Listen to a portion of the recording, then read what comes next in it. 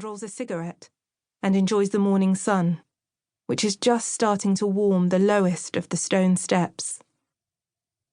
When coffee has been drunk and cigarettes smoked, and morning has become afternoon, they take plates and food and blankets out into the park, where they lie in the dapple shade of their favourite tree. They eat their picnic slowly. Hannah and Cate take turns to read the paper.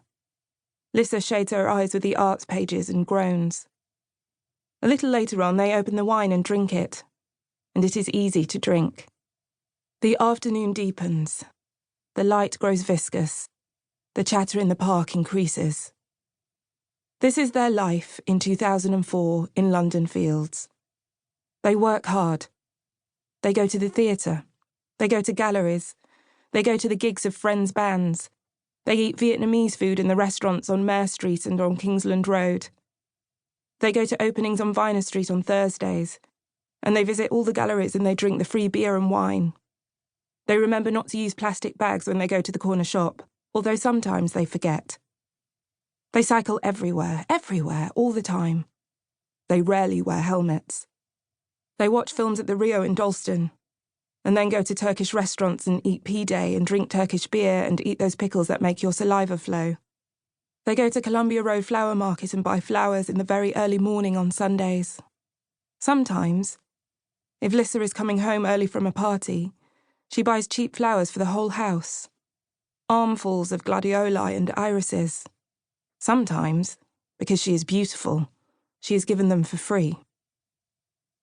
They go to the city farm on Hackney Road with hangovers, and they eat fried breakfast in amongst the families and the screaming children, and they swear never to go there again on a Sunday morning until they have children of their own.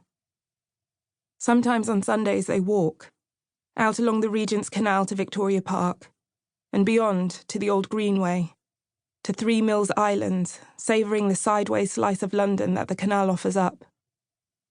They are interested in the history of the East End. They buy books on psychogeography from the bookshop at the bottom of the road.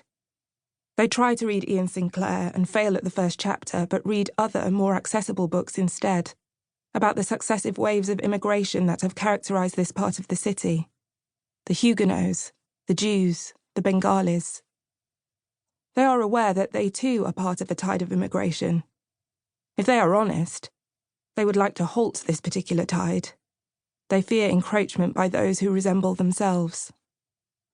They worry.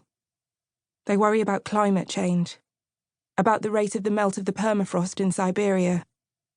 They worry about the kids who live in the high-rises, right behind the deli where they buy their coffee and their tabbouleh.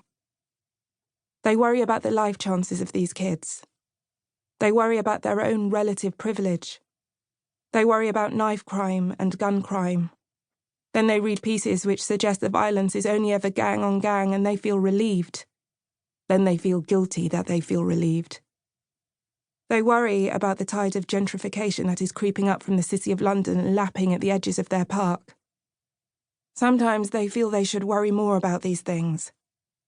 But at this moment in their lives, they are happy, and so they do not. They do not worry about nuclear war, or interest rates, or their fertility, or the welfare state, or ageing parents, or student debt. They are 29 years old. None of them has children. In any other generation in the history of humankind, this fact would be remarkable. It is hardly remarked upon at all.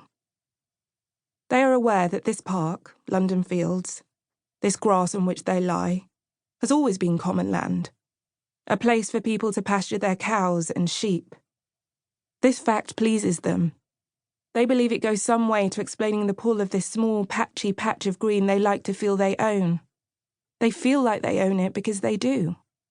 It belongs to everyone. They would like to pause time. Just here, just now, in this park, this gorgeous afternoon light. They would like the house prices to remain affordable. They would like to smoke cigarettes and drink wine as though they are still young and they don't make any difference. They would like to burrow down here, in the beauty of this warm May afternoon. They live in the best house, on the best park, in the best part of the best city on the planet.